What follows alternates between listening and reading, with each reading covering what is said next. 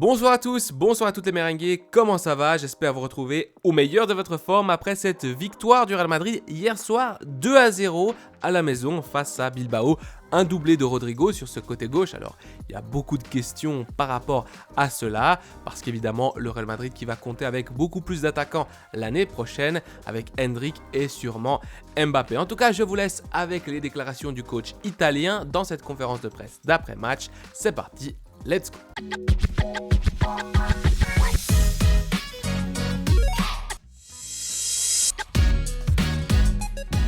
Question numéro 1, qu'avez-vous pensé du match, mais surtout de l'émotion et des salutations après la fin de la rencontre pour l'un des joueurs, Militao. Émotionnellement et sentimentalement, dans ces 2 mois importants de la saison qui restent, que signifie le retour d'Eder Militao dans notre équipe? Carlo répond, nous parlons de l'un des meilleurs défenseurs du monde. Je lui ai dit qu'il était de retour, qu'il était important pour nous. Comme nous l'avons dit hier, il a encore besoin de temps pour mieux s'adapter et pour rejouer. Mais l'important, c'est qu'il soit avec nous et qu'avec de l'entraînement, il s'améliore. De plus, nous aurons besoin de lui lors des prochains matchs. Dans cette dernière partie de la saison, quand un joueur est absent aussi longtemps, c'est évidemment une émotion positive pour tout le vestiaire, pour tout le groupe.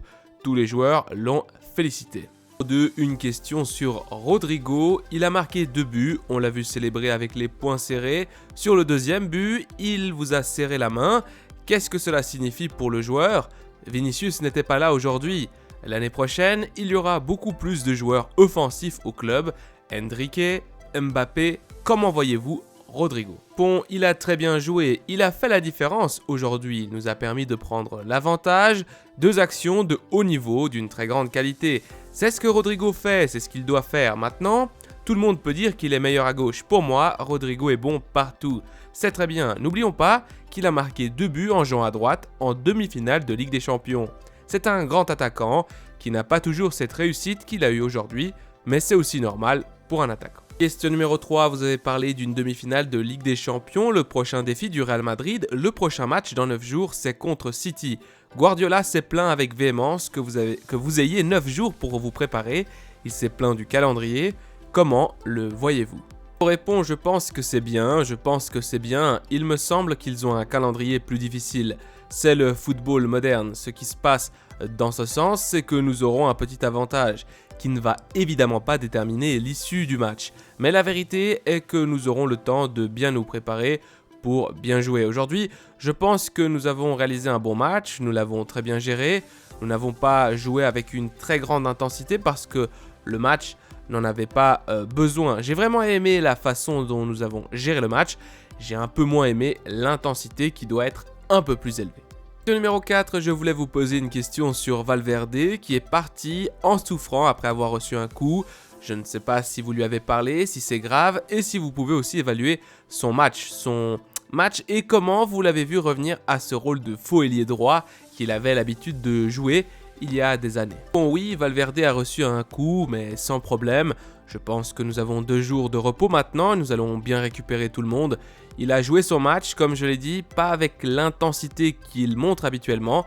Après la pause, jouer à haute intensité est peut-être un peu plus compliqué. Question numéro 5, vous parliez de la plainte de Guardiola et il est vrai que vous avez reconnu que cette période sans match sera un petit avantage pour le Real Madrid. Mais d'un autre côté, est-ce que cela pourrait être un peu dangereux de ne pas être impliqué dans cette compétitivité de la compétition et de ne pas jouer pendant si longtemps? Carlo répond non, je ne pense pas, je pense qu'il est bon pour nous d'avoir une semaine pour bien préparer la rencontre. Il est évident que les joueurs qui ont joué avec les équipes nationales doivent se reposer pendant 2 jours. Ensuite, à partir de mercredi, nous aurons juste le temps de nous préparer un peu mieux. 6. Je voulais vous demander s'il ne reste qu'un match dans ce championnat. D'ailleurs, félicitations pour votre victoire. Je ne sais pas si vous pensez que le titre est déjà en bonne voie ou si, d'une certaine manière, seul le Real Madrid peut perdre ce championnat. Carlo répond, nous ne pensons pas à cela, nous ne pensons qu'au fait que nous avons un petit avantage et que nous devons en profiter pour essayer de gagner tous les matchs restants, à commencer par le prochain match contre Majorque. Nous ne devons pas faire de calcul parce que le championnat est encore ouvert, mais nous avons cet avantage, oui. Nous devons en profiter en pratiquant un bon football et en essayant de gagner toutes les rencontres. 7. Rodrigo a été décisif aujourd'hui alors qu'il sortait d'une mauvaise période devant les buts ou face aux buts. Si nous ne pensons qu'à la relation qu'a Rodrigo avec les buts, devrions-nous penser ou considérer que c'est un joueur de série, de période. En gros, il a des bonnes séries et des mauvaises séries, des bonnes périodes et des mauvaises périodes.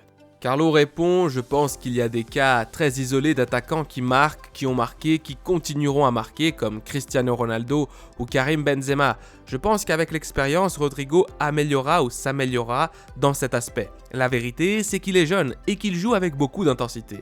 Parfois, parce qu'il est jeune, je lui demande beaucoup de travail, y compris sur le plan défensif.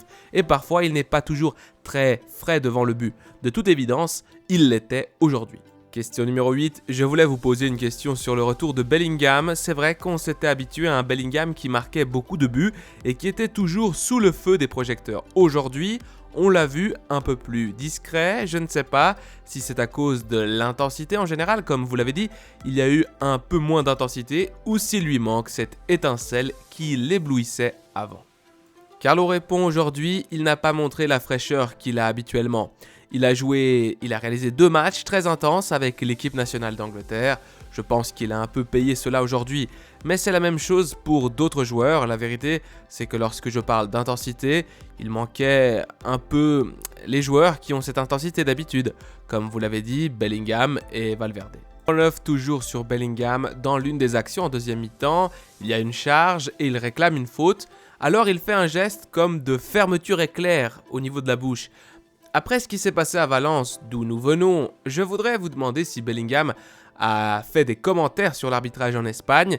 S'il voit que l'arbitrage est différent, je ne sais pas comment il pense. Carlo répond, je ne sais pas ce qu'il pense. Ce que je peux dire, c'est qu'il a très bien appris ce qu'il fallait faire, se taire. 10 toujours sur Bellingham, si l'on exclut cette pause internationale où il a réalisé 2 rencontres pour l'Angleterre, il venait de ne pas jouer les 2 derniers matchs du Real Madrid. Ne pensez-vous pas qu'il n'a plus cette étincelle qu'il avait dans les 3-4 premiers mois où il a marqué 17 buts dans ses 20 premiers matchs? Et si oui, évidemment, avec Bellingham en pleine forme, avez-vous une meilleure chance d'éliminer City? Non, l'option que nous avons pour gagner face à City est que tout le monde soit au meilleur niveau possible. C'est le cas pour Bellingham, mais cela vaut pour tout le monde. Je pense que Bellingham a très bien joué avec l'équipe nationale, il a travaillé dur avec son équipe nationale, et je pense qu'aujourd'hui, ce travail qu'il a fait avec l'Angleterre est bon pour lui et sera également bon pour les prochains matchs.